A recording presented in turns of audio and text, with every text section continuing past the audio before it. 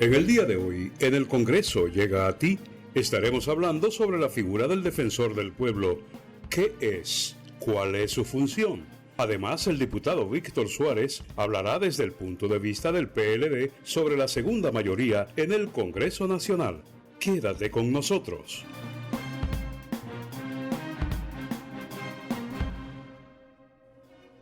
Señores, muy buenas noches y bienvenidos sean todos ustedes una vez más a este su espacio. El Congreso llega a ti en este jueves 3 de septiembre. Reciban ustedes un abrazo virtual por el canal 4 RD. Así cargados de positivismo, iniciamos nuestro espacio en el día de hoy. Bienvenidos.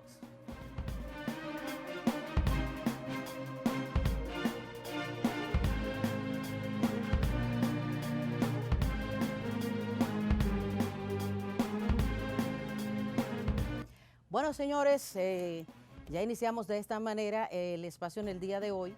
Pues se podría decir que la continuación de el tema que tratamos en el día de ayer, que fue la segunda fuerza política en el Senado de la República, tema este que ha enfrentado a legisladores del Partido de la Liberación Dominicana con legisladores de la Fuerza del Pueblo. En el día de ayer tuvimos la participación de dos leonelistas, dígase la Fuerza del Pueblo, y como en este programa de lo que se trata es del equilibrio y de que todo el mundo tenga una participación cuando se trate de un tema controversial como este, es decir, que se escuchen las dos campanas. Y para eso vamos a tener en el día de hoy, o tenemos desde ya, al diputado PLDista por Santiago, Víctor Suárez, a quien les damos la bienvenida y nos estará explicando entonces cuál es la posición del PLD en torno a esto y quién realmente tiene la segunda mayoría en el Senado de la República. Buenas noches, para mí un placer compartir con ustedes y evidentemente aclarar cualquier duda que haya al respecto. Bueno, Víctor, ciertamente sé que ustedes le dieron seguimiento al programa de anoche y sí, nosotros hoy teníamos la intención de continuar entonces con la otra campana, porque la intención es esa, de este programa, que cada quien pues diga lo suyo. Así es. Este tema de la segunda mayoría, yo explicaba que esa segunda mayoría no es tan simple como la gente lo ve, de que, no, es porque yo soy la segunda fuerza y punto. No, esa segunda fuerza es porque tiene incidencia y le tocaría lo que es su participación en el Consejo Nacional de la Magistratura con un miembro. Entonces, nos gustaría saber, atendiendo a lo que dicen las leyes, ¿a quién es por fin que le corresponde esa segunda mayoría? Mira, en honor a la verdad que hay uno de dos temas: o desconocen el derecho electoral, sus fundamentos, o simplemente quieren desvirtuar la realidad. Primero tengo que hacerte un poco de historia. El Consejo Nacional de la Magistratura nace con la reforma de la Constitución de 1994 para darle más independencia a la designación de los jueces que integran el Poder Judicial en la República Dominicana. Sin embargo, en el gobierno 2000-2004 hubo una gran discusión con ese tema, porque el PRD, que era mayoría y tenía el presidente del Senado, estaba designando a González Espinosa, que era un senador de un partido, de los trabajadores, que fue aliado al PRD. Y para evitar eso, el legislador, el constituyente de la reforma del 2010, y en mi caso, que era en ese momento, en el 2010, presidente de justicia de la Cámara de Diputados, y terminé siendo el presidente del título quinto del Poder Judicial de la Reforma Constitucional. Es decir, te puedo hablar de lo que fue el interés del legislador de cubrir esa falla que había quedado en el 94. ¿Y cuál era? Primero, en dos sentidos. Si notas, el PRM teniendo una mayoría sin ningún problema y llevando a un aliado que es el actual presidente y de aquí senador de Santiago, Eduardo Estrella. Su senadora del Distrito Nacional se destapa diciendo que como no es del PRM, el otro senador le tocaría al PRM. Evidentemente que desconoce el derecho, pero también tiene la intención de despojar al PLD de esa segunda mayoría que le dio el soberano, que es el pueblo dominicano. Dentro de esa, como no prende esa idea de esa candidata, de esa senadora, se ha ido en el tema del transfugismo, que en la ley de partido político, la ley de régimen electoral, por primera vez sanciona lo que es el tema del transfugismo, y por primera vez hay tránsfugas legales en la República Dominicana. Evidentemente que el legislador no va a querer premiar, a pesar de varias sentencias del Tribunal Constitucional, a una persona que haya adquirido una curul, en este caso una senaduría, a través del partido que lo postuló. Por eso el legislador fue sabio, y el espíritu del legislador al momento de hacer esa modificación era introducir que debía ser un senador o diputado, dependiendo de la Cámara, de la segunda mayoría del partido que... Diferente al que ostenta la presidencia. Exacto, que ostenta la presidencia. La palabra ostente es vital en el derecho electoral que estamos aquí hablando. El derecho electoral le da, no es como están interpretando los amigos que estuvieron ayer en el programa, que ellos creen que 2 más 2 son 4. No estamos hablando de matemáticas, estamos hablando de derechos fundamentales, de derecho electoral que la Constitución, en el artículo 177, en el 178, en el 77, párrafo primero, por ejemplo, cuando hay una vacante, se le otorga la potestad, incluso a esos que se fueron. Si de alguno de ellos renuncian, fallecieran o algo, es al Partido de la Liberación Dominicana, al comité político, por la resolución de la Junta Central Electoral, que le toca cubrir esa parte. Ese legislador, sea diputado o senador. Pero en el caso de la especificación que te dice, es la segunda mayoría de qué, de lo que fueron los resultados en las elecciones anteriores, la del 5 de julio en este caso. ¿Por qué? Porque el derecho electoral, evidentemente, que le da la supremacía al soberano. ¿Quién es el soberano? Es el que vota. Ese soberano que decidió que el PLD iba a ser el partido con mayor escaño en el Senado de la República.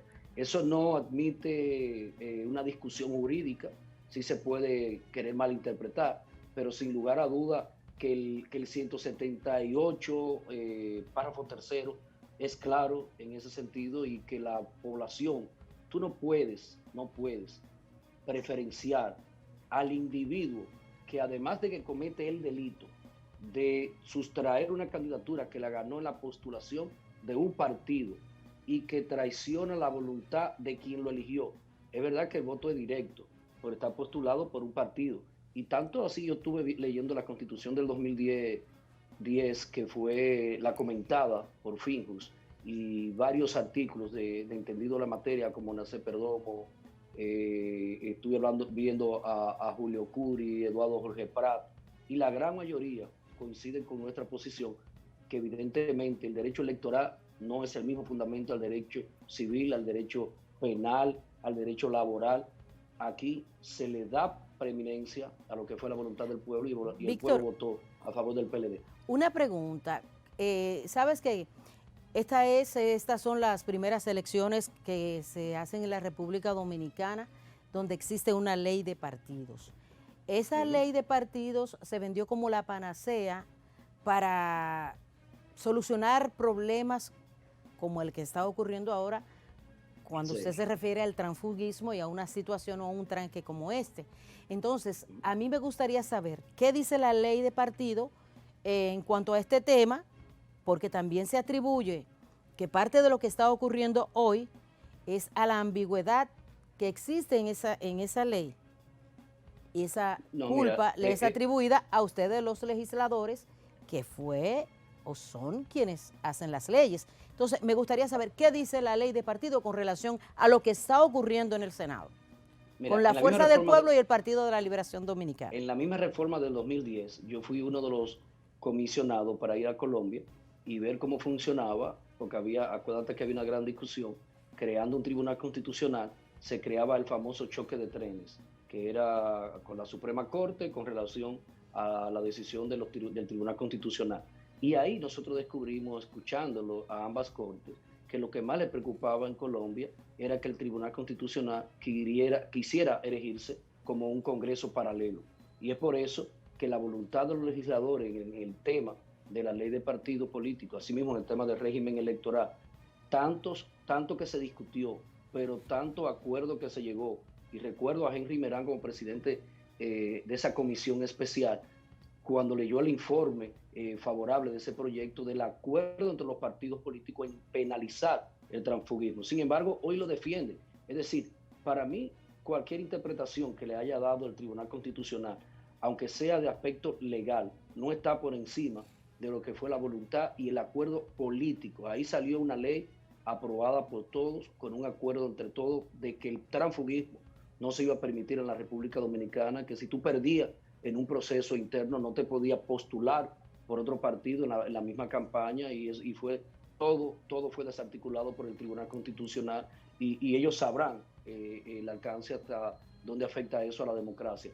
Realmente se trabajó arduamente en esas comisiones especiales, se llegaron a los grandes consensos, y por primera vez, te digo, se penaliza, se castiga legalmente el transfugismo en la República Dominicana. Sin embargo, se dejó sin efecto en virtud de varias sentencias del Tribunal Constitucional. Pero Víctor, cuando usted se refiere de que el Tribunal Constitucional no está por encima de las demás leyes, como que está chocando ahí con la pirámide invertida de Hans Kelsen. No, pero yo no dije eso. Ah, bueno, acláreme. Acuérdate que el Tribunal Constitucional es un suprapoder. Sí. Es decir, está por mantiene encima. El control de la constitucionalidad en su interpretación con relación a todos los órganos. Aclare eso para que no digan mañana que usted dijo lo que no dijo. No, todo decreto, ley, todo que vaya contrario a la Constitución es nulo. Lo que te quiero decir, que surgió en Colombia, y es una gran disputa que hay a nivel mundial, que el Tribunal Constitucional, aunque tenga la potestad, en muchos casos, sobre legisla en la materia con relación a lo que ha determinado el Congreso de la República, que es el primer poder del Estado, y que hubo un gran acuerdo donde todos los actores del sistema político de la República Dominicana acordaron, entre muchísimos puntos, pero de manera especial, de que el transfugismo era penado en la República Dominicana, iba a ser castigado. Y quiero entonces remontarme al aspecto principal de esta entrevista, la segunda mayoría. Exacto. Vamos a suponer que el PRM hoy quiera decir que ellos necesitan un senador de mucho más confianza que de la Fuerza del Pueblo, y que de más confianza de los líderes de la oposición, que es el PLD, y mañana le renuncien 9 o 8 de ellos y se vayan a Dominicanos por el Cambio, por ejemplo. Bueno, ya ahí está Eduardo, pudiera irse a otro partidito aliado, o conformar un nuevo bloque. ¿Serán ellos la segunda fuerza del pueblo, la segunda fuerza de la mayoría ahí en el Senado, la segunda mayoría? ¿Serán ellos porque simplemente matemáticamente tengan más que tengan la fuerza del pueblo lo que tenga el PLD? Evidentemente que no. La intención del legislador fue resolver el problema del 94, lo que pasó en el 2004, y que quedara de una vez plasmada en la Constitución de la República, que es una declaración general de lo que quiere el legislador, y es que la segunda mayoría, que es la que certifica la resolución de la Junta Central Electoral, por la certificación que tienen esos dos ex compañeros, hoy tránsfugas, que se fueron a la Fuerza del Pueblo, su certificado dice senadores por el Partido de la Liberación Dominicana, y esa segunda mayoría no nos la da ni la interpretación de la Constitución, ni la sumatoria de escaños, sino la voluntad del pueblo dominicano expresada el 5 de junio. Bueno, Víctor, muchísimas gracias. Ahí tuvieron ustedes pues la posición de los legisladores PLDistas en torno a lo que el enfrentamiento que existe con los legisladores de la Fuerza del Pueblo y la segunda mayoría en el Senado de la República. A ti agradecerte de verdad que haya estado con nosotros y que desde su posición hayan arrojado también un poco de luz a todo este tema. Gracias por continuar en sintonía con El Congreso Llega a ti por el canal 4 RD, y como le habíamos informado, cada día vamos a tener la semblanza de uno de los legisladores. Esta noche pues le toca a una joven brillante del Partido de la Liberación Dominicana, una diputada de Nagua. Ella ganó la candidatura por Nagua, y de verdad que yo sé que esa joven con todos esos conocimientos va a llegar al Congreso de la República para ofrecer todo eso que ella ha aprendido. Chequen esa semblanza. Qué brillante esa joven.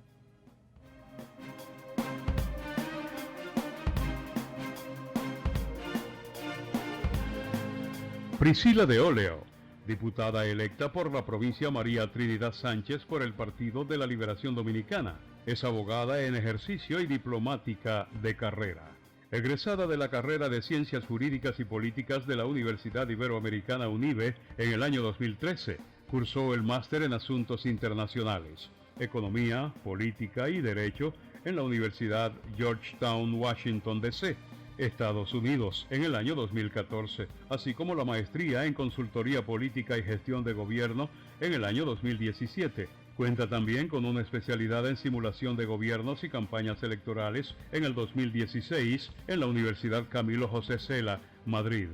Ha enfocado su ejercicio en Derecho de la Propiedad Industrial, Derecho Marcario, Derecho de la Competencia, Derecho Ambiental y Asesoría Política, y ha participado en importantes negociaciones y conferencias internacionales sobre temas ambientales, de manejo de gobierno, entre otros.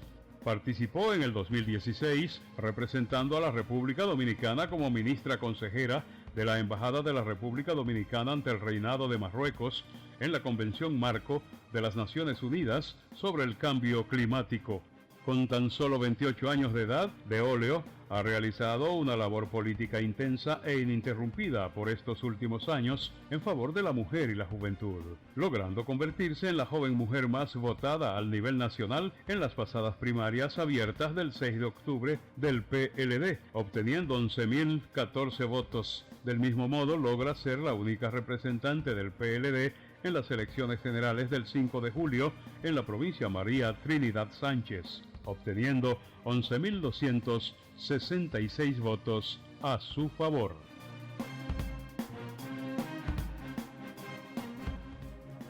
Bueno, nuestras felicitaciones para Priscila. Miren qué joven brillante. Nosotros tenemos como Priscila muchos más jóvenes brillantes que en estas elecciones pues llegan al Congreso Nacional de la República. Señores, miren, nuestro tema de hoy es el defensor del pueblo. Ustedes saben que esta figura se implementó en la República Dominicana, o empezó más bien a funcionar a partir del 2013. Ya su escogencia es por 6 años. Ya el defensor o la defensora, la señora Zoila Medina, cumplió con ese periodo para el cual fue elegida, pero debido a las circunstancias en las que nos encontramos en el día de hoy por la pandemia, ese proceso se vio paralizado en el Congreso Nacional de la República, que es el poder que tiene la facultad de escoger al defensor del pueblo y a los miembros de este órgano. Pues ya los diputados están haciendo los movimientos porque se inicia la escogencia del defensor del pueblo en la Cámara de Diputados, que es quien presenta esta terna al Senado de la República. Pues se inician ya los movimientos para la escogencia del defensor del pueblo. Exactamente. Entonces, para que ustedes tengan una explicación mucho más amplia del defensor del pueblo, vamos a pasar a ver este trabajo, por favor.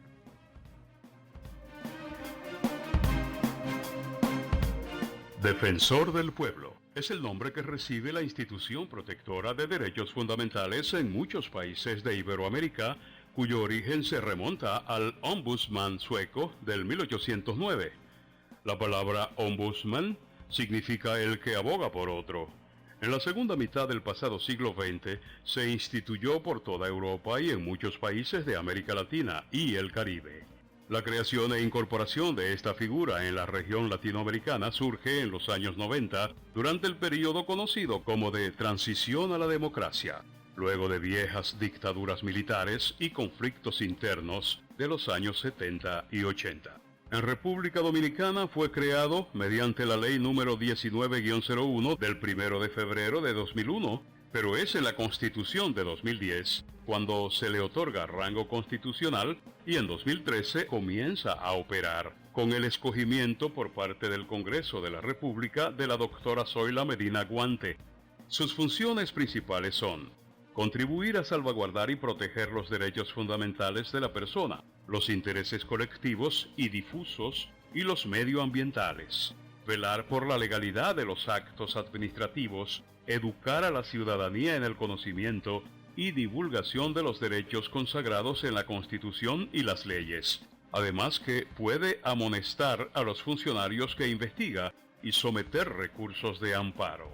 La doctora Zoila Medina, quien ya cumplió el tiempo reglamentario en el cargo, que es de 6 años, está a la espera de su sustitución. Este proceso tuvo que ser paralizado debido a la pandemia del COVID-19, pero se espera que en los próximos días sea reactivado. Bueno, señores, para hablarnos de este tema y nos dé todas las informaciones sobre este proceso, que yo sé que en los próximos días se va a llevar a cabo en la Cámara de Diputados, tenemos como invitado en la noche de hoy al diputado Elpidio Báez, quien es miembro de esa comisión. Así es que nadie mejor que usted, señor diputado, para hablar de todo este tema. Gracias por acompañarnos y bienvenido al Congreso Llega a Ti. Bien, Mayra, antes de entrar al tema, quiero felicitarte por este gran programa que demuestra una producción. Es decir, hay un nivel profesional que se nota en el desarrollo del programa y que precede, cada programa tiene el resultado de una investigación. Sin lugar a dudas, esto ayuda bastante a edificar al televidente, a la gran legión de televidentes que sigue este programa. De modo que te felicito. Gracias por esta iniciativa y las personas que habitualmente consumimos muchas informaciones. Este tipo de programa viene a llenar un vacío en ese sentido. De modo que te felicitamos por el elevado nivel profesional que observamos en la elaboración, en la producción de este programa. Déjeme decirle, diputado, que esas felicitaciones yo quiero compartirla con todo el equipo, porque esto es una producción de un equipo que se ha fajado para llevarle a la ciudadanía un programa profesional y con mucha calidad y credibilidad, como nuestro pueblo se lo merece. Muchísimas gracias por esas felicitaciones. Y entrando en materia... Excelente. Gracias. La cosa buena hay que reconocerla. Gracias, eso nos llena de satisfacción y nos obliga a continuar mejorando en todo el sentido de la palabra. Bueno, quisiéramos saber, Elpidio, ¿cuál será el perfil, cuál es el perfil que ustedes tienen para la elección del defensor del pueblo? ¿Cuándo empiezan ustedes a reanudar esos trabajos? ¿La fecha para la recepción de las inscripciones de los aspirantes? Si tienen fecha ya para concluir, que nos ofrezca toda la información con relación al tema, porque yo sé que doña Zoila ha reiterado que ya está cansada y se quiere retirar porque ya se pasó de su fecha, y los aspirantes también quieren que se inicie el proceso para ver, ¿verdad?, quién será el próximo defensor del pueblo. Mira, la comisión que se escogió para que seleccionara una terna y luego se la presentara al Senado de la República para que eligiera al defensor del pueblo o la defensora y sus adjuntos. Esa comisión que presidió el diputado Plutarco Pérez, por la Romana, diputado, hizo un gran trabajo. Avanzamos en la evaluación de los documentos presentados por los postulantes. Nos dedicamos cada día a evaluar esa documentación para determinar si el postulante reunía o no los requisitos para ser candidato, y procedimos a darle una puntuación en función de la documentación por cada uno de los aspirantes a ocupar una de las posiciones. Por el background. Ya íbamos a entrar a la evaluación presencial de cada candidato, cuando íbamos a entrevistar ya a los candidatos con un calendario de fechas definidas, entró la pandemia. Y evidentemente que el Congreso se paralizó. Y esto afectó el hecho de que en el día de hoy no tengamos ya escogido al defensor o la defensora y sus adjuntos. Se debió justamente al tema de la pandemia. ¿Por qué? Porque hicimos un calendario para iniciar este periodo legislativo ya habiendo elegido al defensor o defensora del pueblo, pero como usted ya ha informado, todo este problema del coronavirus hizo cambió todo, cambió el mundo, la terminación del proceso, y entonces vamos a iniciar ahora, iniciamos el 16 de agosto un nuevo periodo legislativo constitucional, y entonces la Cámara esta semana comenzó a discutir el tema de evaluar la comisión que terminó sus funciones cuando dejamos el viejo Congreso.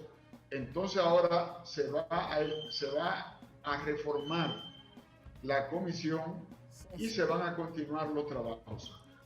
Nosotros esperamos que antes de diciembre, si las condiciones de salubridad del país lo permiten, entonces la Cámara de Diputados habrá terminado ese proceso. Tenemos interés como Cámara de Diputados en completar el proceso de evaluación y de escogencia de los candidatos y de las candidatas que se presentaron, y entonces para en esta legislatura, la legislatura que comenzó el 16 de agosto, elegir a la defensora o el defensor del pueblo que va a reemplazar a doña Zoila, que ha hecho un buen trabajo. Sí. Mucha gente no ha entendido el rol de la Defensoría del Pueblo, pero doña Zoila ha hecho un gran trabajo.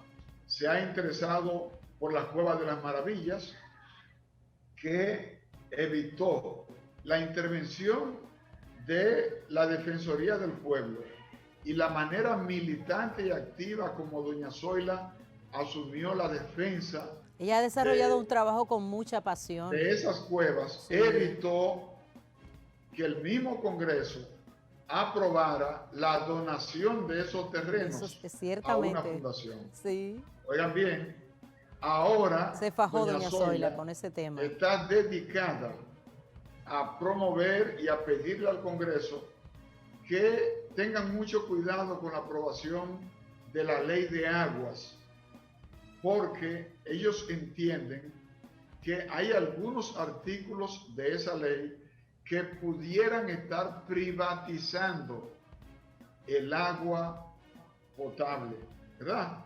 Entonces, eso es para ponerle dos ejemplos. Pero doña Zoila también ha estado en las cárceles, porque en algunas cárceles donde se le violan los derechos a los internos, por ejemplo, uno de los problemas importantes que tenemos en las cárceles dominicanas es que la mayoría de los internos, la mayoría de los presos, no tienen condena. No se le ha celebrado juicio de fondo. Son preventivos. Sin embargo, la mayoría de los presos no tienen proceso abierto. Wow. Entonces se le está violando justamente uno de los derechos fundamentales. Se le viola el debido proceso, que es un derecho fundamental. Se le viola el derecho a la libertad.